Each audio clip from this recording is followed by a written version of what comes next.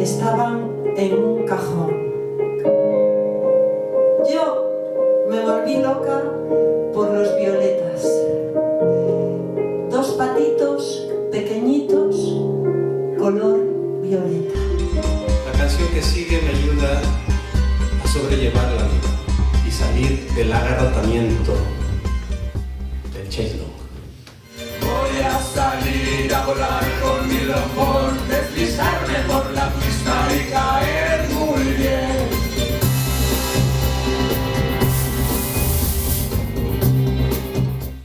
¿Que cómo comenzó nuestra relación con la música? Pues a ver, yo soy de un pueblo de mar donde el objeto de la cultura material en sí no era muy apreciado. La primera ya pasó, la fama, los másteres. Ya no quiero sentarme en la fila de adelante, quiero sentarme en la fila de atrás, donde se contemplan mejor las ideas, donde se trabaja.